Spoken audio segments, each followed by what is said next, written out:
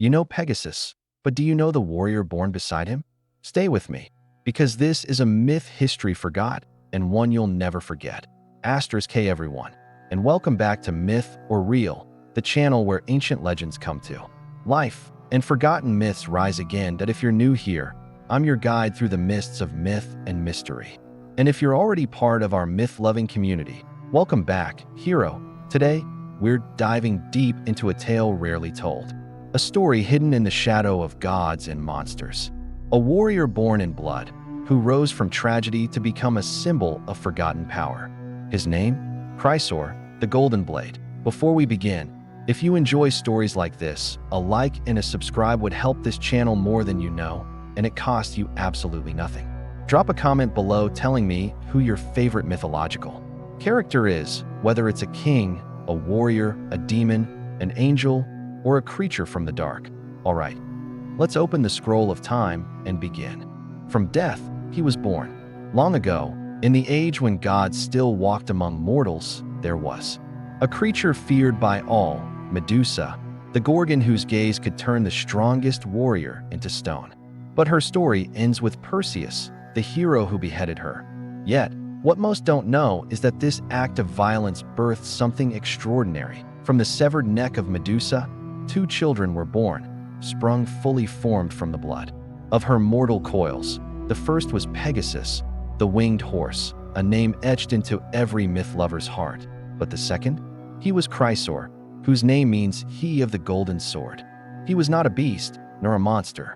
He was a man, a warrior, radiant with divine strength and cloaked in golden light. Born of divine chaos and mortal sorrow, the warrior without a war. Little is told of Chrysaor's early years. He was not taken in by the gods. He did not ride the skies like Pegasus.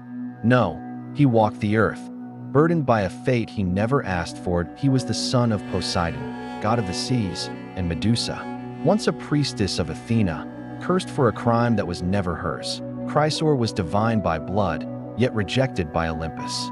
He was neither monster nor god, and that made him dangerous. Some tales whisper that he sought vengeance for his mother. Others say he roamed the lands searching for his place in a world that had no name for what he was. But in one legend, long buried, he found love. Chrysaor and Chrysaor. The bloodline begins. Chrysaor married Chrysaor, daughter of Oceanus, a sea nymph of great beauty and grace. This was no ordinary union. Together, they bore a son, Geryon, the 3-bodied giant, who would one day challenge Heracles in one of his 12 labors. That bloodline, divine, monstrous, noble, would ripple through myth for generations. But while Geryon met a bloody end at the hands of a demigod, Chrysaor's fate remains shrouded in silence, and that is part of the mystery. The silence of the scrolls. Why do we know so little about Chrysaor? He is mentioned only briefly in Hesiod's Theogony, a single line. No hero's arc, no great war, no dramatic downfall. Some say the gods feared what he represented, a warrior born of tragedy, not Olympus.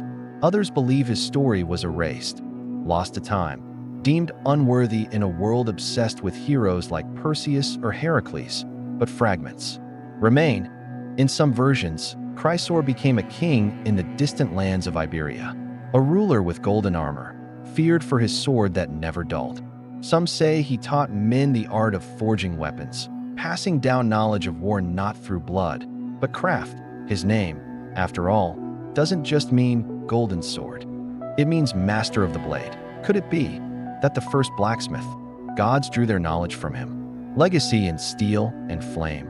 Chrysaor may not have slain beasts or founded cities, but his blood, his essence, became part of a world obsessed with war and power. Geryon, his son, stood as a monstrous symbol of raw strength. But Chrysaor, he was balance, the golden blade, beautiful, deadly, precise.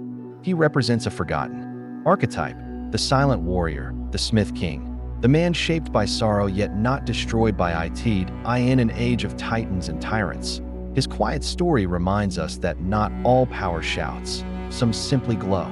Where did he go? There are no tales of his death, no great battle, no final duel. In some rare Orphic verses, he is said to have returned to the sea, joining his father Poseidon beneath the waves. his sword, laid to rest beneath coral and gold that I and others.